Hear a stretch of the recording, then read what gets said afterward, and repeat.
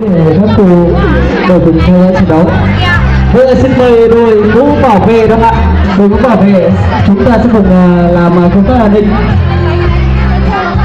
Mời đội ngũ của lực lượng an ninh, đội ngũ lực lượng an ninh. Vâng ạ. Vâng, xin mời các bác và các anh chị chúng ta thực lại 20m. Vâng, đo chuẩn trước mặt.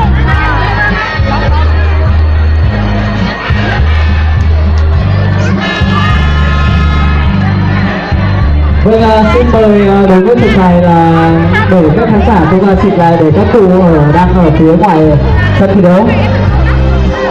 Đang ở phía ngoài sân thi đấu thì chúng ta chịu theo dõi.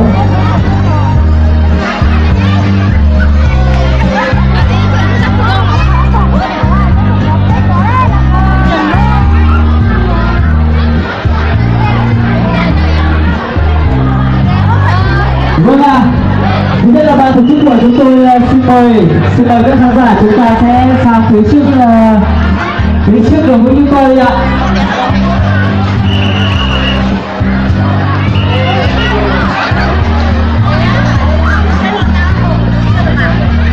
Vâng, một lần nữa thì ban tổ chức chúng tôi mời các thủ công các bà chúng ta sẽ sang phía dưới sân khấu để các thủ công các bà đang ở phía trước sân khấu của chúng ta các bạn. Bây giờ thì chúng ta sẽ chú ý để chuyên môn.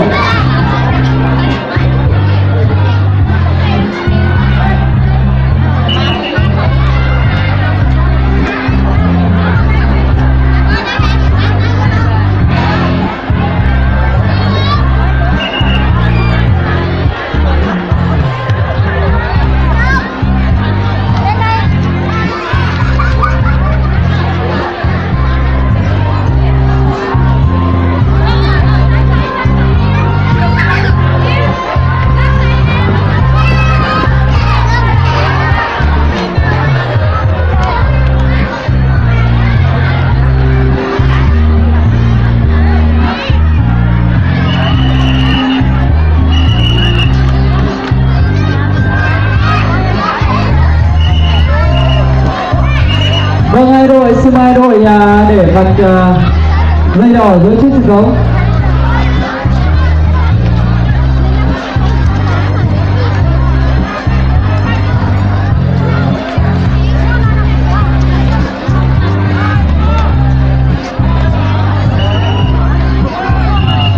Vâng, thưa quý vị và đây là một trận đấu giữa đội Hồ Bồng và đội Bản Pè.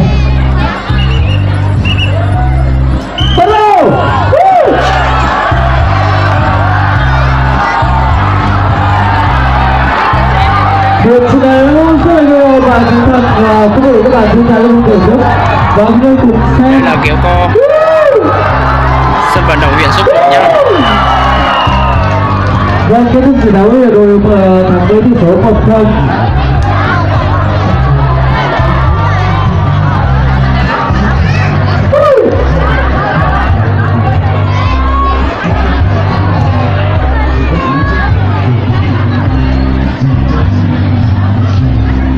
Vâng, với sức mạnh nhiệt tình và cũng như với sức khỏe, đội Hương Bờn đã thắng với tỷ số 1-0.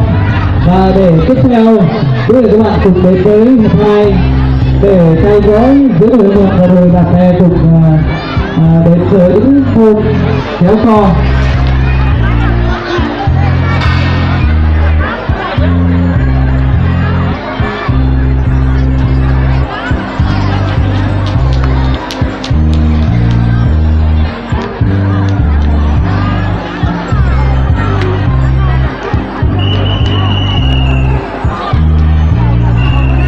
Vâng, xin thưa toàn thể các bạn trẻ và quý vị khán giả thân mến, đây là một trong những trận đấu để mừng xuân giàu năm 2017.